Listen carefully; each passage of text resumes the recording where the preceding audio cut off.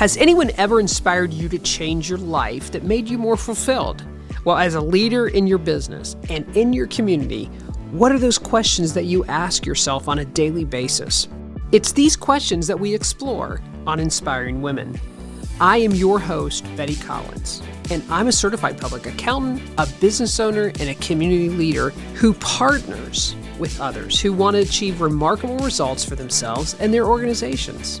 I am here to help inspire you to a positive step forward for a better life. So today on Inspiring Women, this is a first for my podcast. I've been doing this for 4 years. This is year 5. And today I have my first international guest. So I am really excited. We've already been doing a lot of chatting, but we got to get to this interview and you're going to just love the energy that comes from her. Her name is Farah Ismail, and she's an internationally recognized facilitator, coach, and speaker. She's the founder of Interacting Consulting, and she partners with entrepreneurs and leaders who find themselves frustrated, imagine that, and unfulfilled despite outward signs of success. And when they work with her, they imagine their business, they craft a lucrative, purpose-driven enterprise that delivers more confidence, more connection, more revenue, and more meaning. You're just going to love this lady. I know you will. So welcome today. And tell us, just 2 seconds, a little bit about yourself. I know we're 18 hours difference in time. We talked about some Ohio connection, but you can take 30 seconds to tell us a little bit about you. Thank you, Betty. It's my pleasure to be here. Well, I'm thinking of what to tell you. Let me share that I used to introduce myself as Fearless Farah. Mm-hmm. And I think I have that fearless gene in me, thanks to my parents who brought us up believing that we could have impossible things for breakfast. So there was no limits in my, when I was growing up. Yeah. And of course, that's how I live my life. It's really that limitless thinking and anything is possible. So I'm pretty fearless. But over this journey of this beautiful thing called life, and I've had a series of roller coasters, and I would say that I've experienced the highs and the lows, and I knew what fear is, and I'm not fearless. I just realized that I fear less. I love it. And that's what I want to say, that for me, despite of the fear, it's about taking inspired action, and it comes through courage. So I would say I'm a courage catalyst. There we go. That's a way to... I love it. See what I'm saying? it's just going to be this way the whole time, I'm telling you. But our overall theme this year for the podcast is courage. And so can you tell us how courage showed up in your life? I think I think first, courage is something, sometimes we think courage is really these big things, but for me, it's ordinary day courage that I notice wherever I want to look. So I think if you start looking, you'll find it everywhere. And for me, every day is an opportunity to, perform a small act of courage. So it's possible for me. Where it really showed up was at my deepest, lowest point, when I think it was a personal story when I had a series of life-changing incidents in my life that really came in the way of having a really successful marriage. And I stayed stuck for a long time. And I kept telling myself that I was trying, but I think I was really not trusting myself, that I could really take action to choose, how I want to live my life after that. And I think it was that one day, and I think it's a long time ago, I must tell you, it was 2006. I can't forget that moment. It was a summer. It was a morning when I woke up and I had this feeling that I actually looked at myself and I knew that this is it. And that feeling of choosing, trusting, choosing myself, and deciding that I am not powerless, yes, but I can actually choose to create the life I want to create. I think that required an immense deal of courage, that ability to just step out and take that first tiny step. And I did that. And for me, it might sound like a big thing, but I waited a long time. Yeah. And that's when I was able to walk away from an unhealthy relationship with a 6-year-old daughter, a computer, and nothing else. So I started my life from scratch. And I can tell you, I was afraid, I was scared.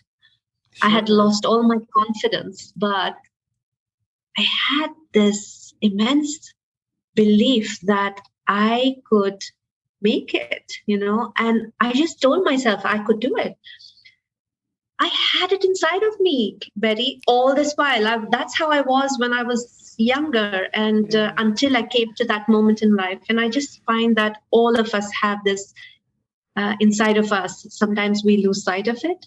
And I think when I shone a light to that and decided to do things like even asking for help, even that is an act of courage. It is. And that is where it all started. And I would say that after that, I reframed everything in my mind, things like when I felt that, oh my God, my marriage is a failure. And that I reframed it as it is a metamorphosis. This is what I'm doing to write a new chapter. So I think it was all those little things, every time I kept telling myself I'm alone and trying to stay stuck and trying to do everything like a superwoman. But when I shifted that, it required a lot of courage to seek support. And I had lots of it. I just was, not allowing it inside my life. So I would say that I think courage showed up in many ways, but it can be with small things as well. Yep. It could be speaking up. Speaking up from your heart is also a big thing.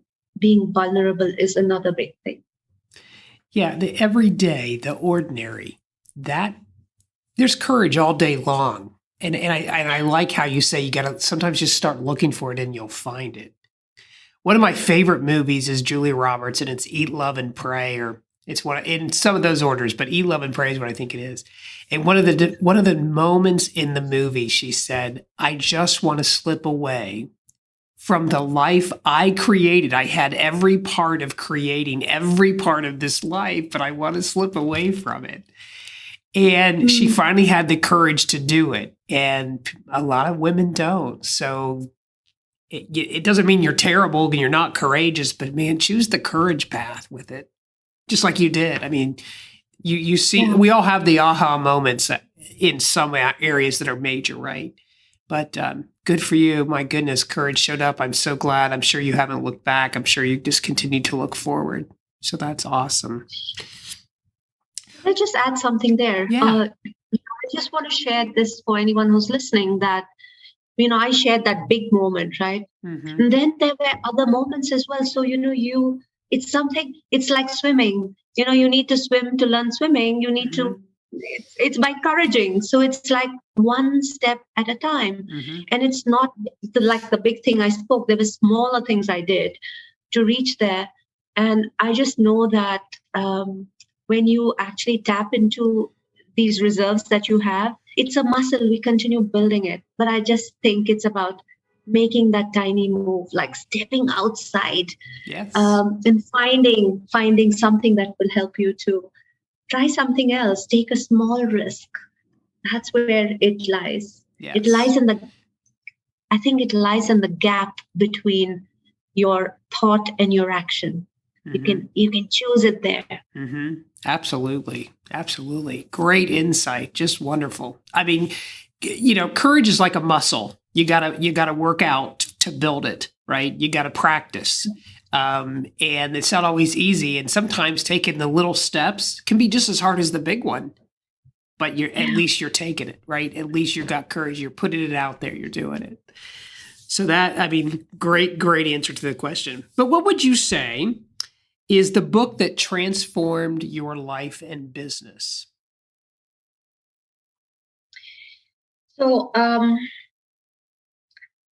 had a really interesting opportunity to write a book on inspired by a book that changed my life. And so I wrote a book. So I have it right here. It's called The Book I Read. And it is one chapter, which is based on a book that changed my life. And I want to share that. I just shared the story of how I came out of these tough moments. And then I continued to believe that I'm a superwoman, that I needed to be perfect mom, because I really wanted to not make any mistakes. I wanted to be very courageous in my business. And what I was doing in that is, in this quest for being this perfect without making any mistakes, etc., I realized that I was really numbing myself with a lot of things. I was really putting on a lot of armors. And while you would see me as really coming out strongly out of a tough experience, rising, standing up tall with lots of self-respect and, living a life that anybody would say, wow, just look at her. I was, again, going into the spiral of trying to be very, very, like this super woman, until I had the opportunity to read a book of Dr. Brené Brown. It was Dare to Lead, Dare to Lead. And I must say that I had a partner in this journey who I met in Hong Kong, and we both realized that we had some amazing vision for creating something for women, women leaders. And we took a year to live the work of Brené Brown. So this whole book and the course that we did on Dare to Lead, we actually lived it ourselves. So I can say that the book that transformed me was Brené Brown's book, which then helped me to become vulnerable. That then helped me to really deal with grief. I mean, I had thought I should hide my grief of losing a child. I lost a child first in the beginning. And there was all these things that I was hiding. And then I realized that who I am is the one who is going to choose to be comfortable with being authentic. And that's when I started doing all this work. And of course, this took off as many armors as I can. So the book really helped me to create the kind of work that I do, to show up authentically, and to also help others to do that. And I just am very passionate about that. But I do want to add one more thing. Yes. This book helped me in living my life. And there's a book that is changing my life right now. Awesome. And I would love to share the name. It's called The Ultimate Coach. And it's by Amy Hardison and Alan D. Thompson. It's a book about who you are being. And it's such a powerful book, because you don't read it about the number one ultimate coach in the world, who's Steve Hardison. You don't read it about him. You read it about you. So in the book, you find yourself, you find your aspirational self, and it's changing who I am this year, because I can choose who. It's not about what I want to do. It's who I want to be. Yeah. And the being is everything. So I want to say that that's the second book that's changed my life, and also changing how I'm going to operate. And I'm continuing to get transformed by it. Well, we definitely want to get those books. We'll get them to our readers, our listeners, so that we can make sure that they are tapping into that. I'm a huge reader, love to read, love other perspective, because sometimes you just need to get in someone else's brain, right? You need to see what they're thinking to help you be able to do it on your terms, not theirs. But so the book, though, that you wrote the chapter, and can you put that up again? Because that was really, I want readers to see that as well. The book that transformed me, is that what it's called? Yeah, I'd be happy to share that. So I have, of course, you can go to you can download this on my website, which is coachfarah.com. There are 2 books that I've written. Okay. And one of the books that is my favorite is a very short read, but a very powerful read. It's 5 Secrets of What, really helped me to be daring and being unstoppable in my business and my life. Yes. So I share 5 things that really, serve me every day. And I would say that it's such a beautiful read. And I've created some small, some creative exercises. So you would actually do that for yourself. And I would say that I'm hoping that it'll inspire you for the next step of your journey wherever you are. Okay. We will make sure we get those things out when we definitely have this podcast loaded. So, because we all can support each other. And one of those ways is, hey, read this or do this or try this, right? Now you work with entrepreneurs. Entrepreneurs are my favorite, and I just love the marketplace. I love the economy. I love it when people can take an idea and a passion and make it into reality, but it's a lot of work to be an entrepreneur. It takes a lot to be a leader. So one of the things that in the last certainly 10 to 15 years is everyone's got coaches, right? Okay. And they needed them. It's a huge, huge thing, especially when you want to go to new levels. But tell me more about your group coaching program. So I created so I love coaching because I love to be a catalyst for change. And there are opportunities to do one-on-one coaching. However, learning in community is very powerful. And it happened during the pandemic when I created a group coaching program called Courage to Sow. Of course, now that the theme will be courage, because I believe that we can't become what we need to by remaining what we are. And so I created this exclusive, it's my signature program, which was really helped at that point. It was only for women leaders, women entrepreneurs, women change makers, to help them unlock courage and really write a new chapter of their life and be brave, bold, and purposeful. So this was, when I started, it was a short 6-week program. And now I have created it into a 3-month program and a 12-week program, in which I would say that this program is for you if you are here for transformation and not information. You enjoy breaking the status quo and are willing to take action, and you're willing to really test new things in your life, sometimes creating the impossible. And so I find that this program is very powerful, and the women who went through this created some quantum leaps in their life and shifted incredibly, because they had an opportunity to really have a huge self-discovery and a clarity of direction and understanding their personal power. So I would use 2 things, that is really leading from within, and then also looking at how you create that impact in the world. So it's a very structured but very, very creative program that pushes you. And so if you can't handle being uncomfortable, this is not for you. If you want to know 1, 2, 3 steps to follow, well, this is going to surprise you. And if you're unwilling to go deep, and this is not for you. So I find that I normally, have 1 cohort a year, and I do it once because the rest of my time is really, really doing, it's quite full. So I'm actually launching the 2023 cohort in March. Okay. And so, yes, I'll be happy to share the link if anybody wants to have a conversation with me to get to know more about it. But it's something that I would say has impacted many women, and I love it as well. So, yeah.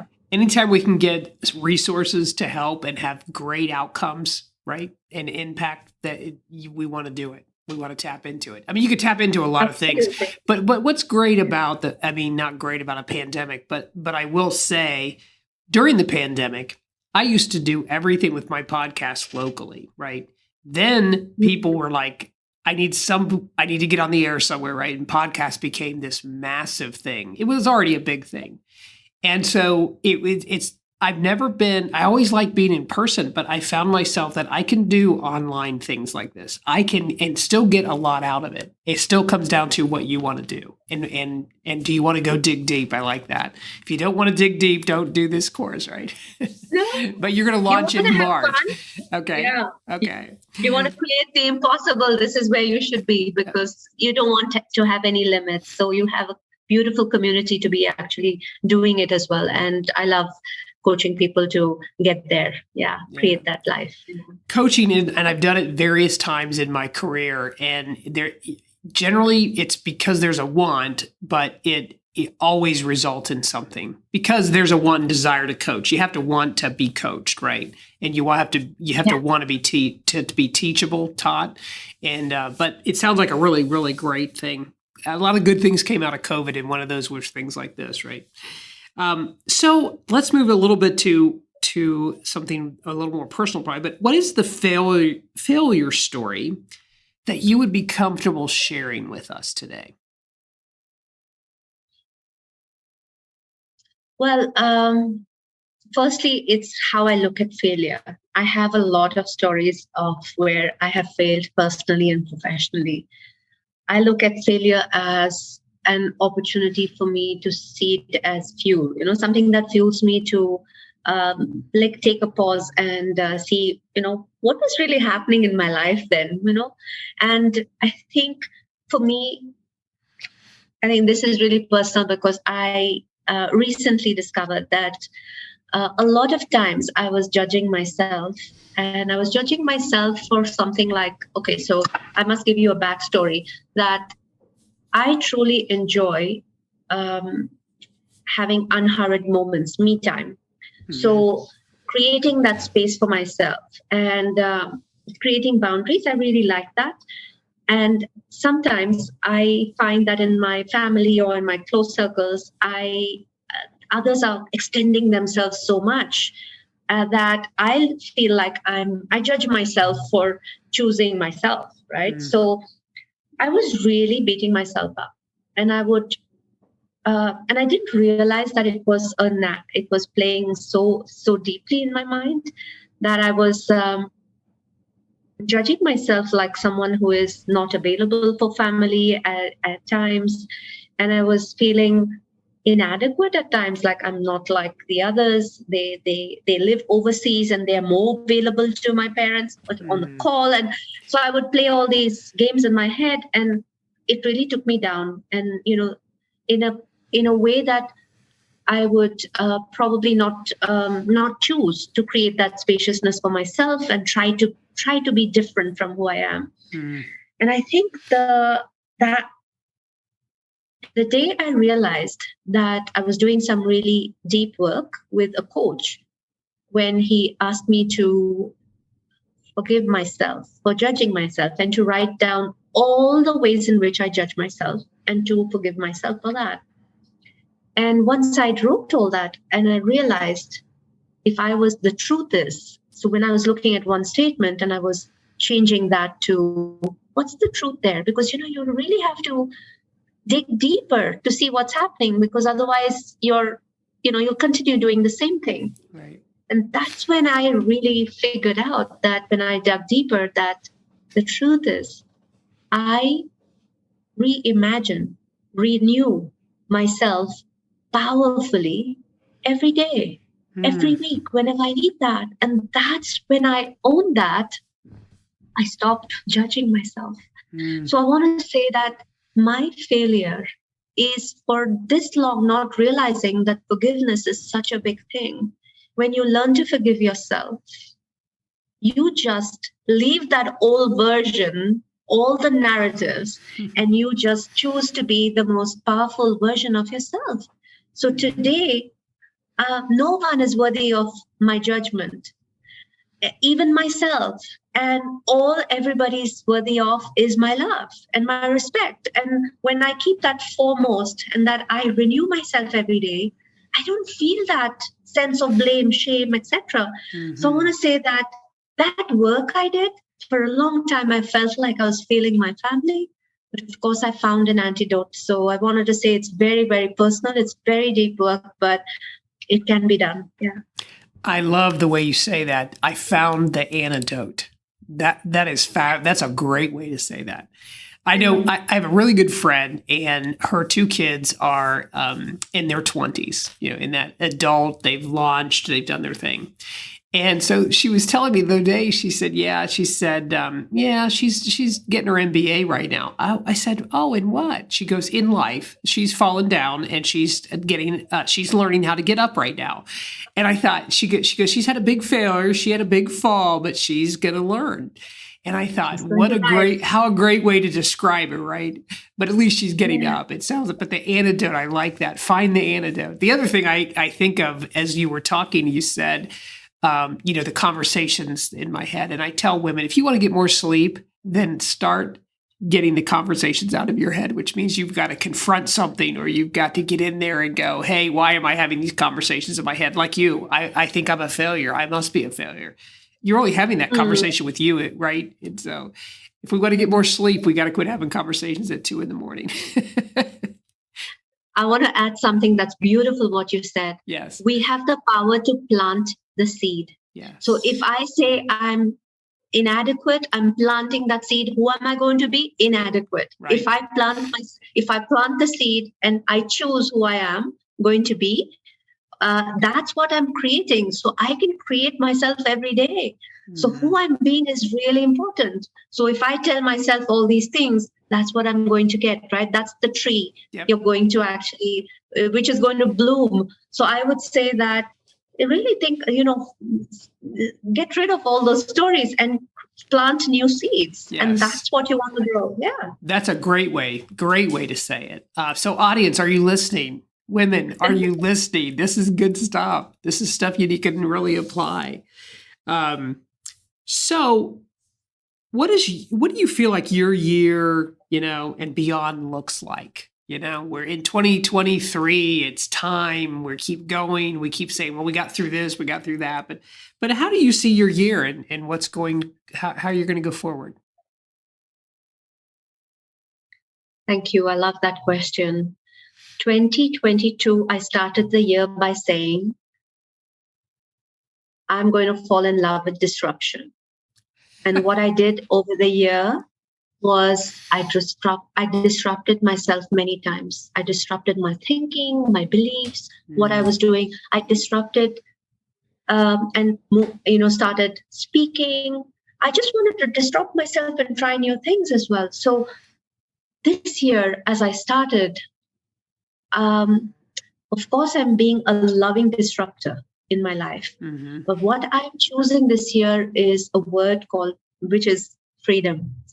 Just freedom to create from the space of abundance, freedom to be me, freedom to coach in a way that there's huge impact. I just choose the word freedom. And this year is very exciting for me because I am, of course, stepping into a space when I am creating new programs in the year.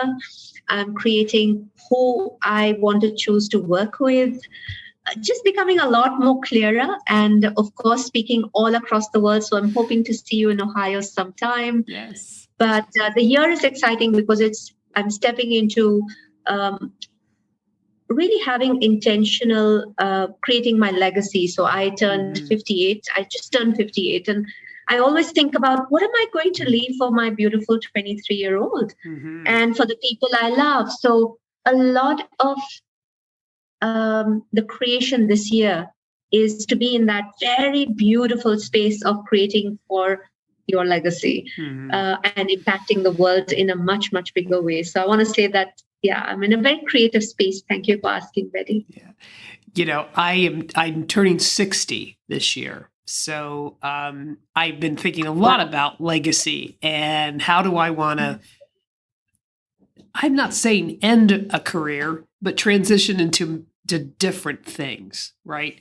That I feel like can be something that people will go, yeah, that's amazing. Because I tell my kids all the time, my legacy is not going to be a bank account for you. My legacy is really going to be, hopefully you will continue and follow the generations to come of what I have taught you and what my parents taught you. And they're great because they want to just experience things. That's that generation, right? We just want the experience. But I love the way though you say, I'm creating, but I fell in love with disruption. That I'm going to think about for a while. I really like that saying. But I do want to end with this question with you. What are the things that I was so attracted to your LinkedIn? I believe it's on your LinkedIn. I just thought this quote, and it's just played in my mind, but you say, "Who am I to do this?" And I think your coach asked you that. Who am I to do this? And I thought, what a great question, because the first response should be, why not? Why not am I to do this, right? You had such great answers, though, and such great insight. But I love the question. I want to end with it because I want women to think about, who am I to do this today? So can we kind of end with something about that? Yeah. First of all, I want to say thank you for looking at my LinkedIn. That's where I like to spend some time. I've realized that that's a space that you can also impact a lot of people by showing up as you are. So that question, and I want to say that when you reflect on something, take action.